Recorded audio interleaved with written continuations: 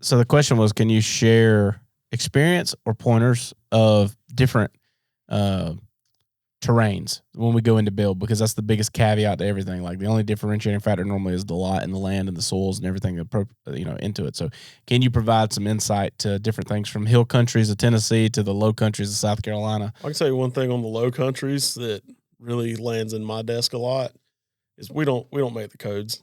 I can't help it. Your doors and windows is about to cost double what they will anywhere else. Right. And it's just part of it. You have a hurricane region, you got to have impact grade doors and windows. Right. And those typically are double the price of standard doors and windows, even DP50 wind rated windows.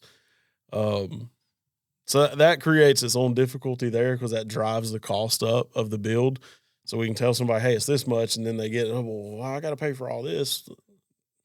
Talk to code officials. They make us put these in. We don't, and it's for your safety because, you got a hurricane throwing 2x4s everywhere off the house it ripped up next door. You don't want it shooting through your window. Right.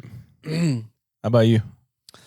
Yeah, I would say there's a lot of different things. I mean, I would say Eastern Tennessee and the Charleston and Horry County area are vastly different. And, we have really strict standards on our compaction tests.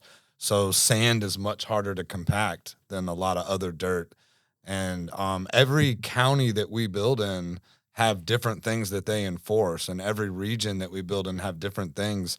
So just the municipalities and what they expect on our structural drawings is vastly different. Mm-hmm. What the inspectors inspect through our inspections are vastly different. So just adapting to all these differences, and you might be in one county that has several different areas where one little pocket over here has higher winds ratings than this pocket over mm-hmm. here. And it's just stuff that we, have to figure out as we go, and not what county you're in, what part of the county you're in. There might be a county where, a 30-minute drive, you have to have high impact windows and doors. But if you drive 30 minutes over here, it's not required. So just adapting to all those, different requirements and code requirements and, different dirt, all that. It's always a challenge. Yeah, the dirt's huge, especially when you start getting in Tennessee. Limestone. It might look like dirt. Rock. And as soon as you scratch that first foot off, you realize it's just rock. Mm-hmm. Yeah. And then that's one of those things that we were talking about earlier. It just drives that grading cost up. One of the very first times TJ and I were in the original building, there was a build in Western North Carolina, Pisgah Forest or something. And I asked those people, "Are you on flat ground?" They were like, "Oh yeah, for sure." And I was like, "Ain't nothing in Pisgah flat." Let me ask you this. I said, if you pull your vehicle up on your lot and you put it in neutral, will it roll? They're like, "No, not at all." We did the site visit the next week, and I was like, probably not, because it hit pull your vehicle up there, knock it in neutral, and see if it don't go off this cliff.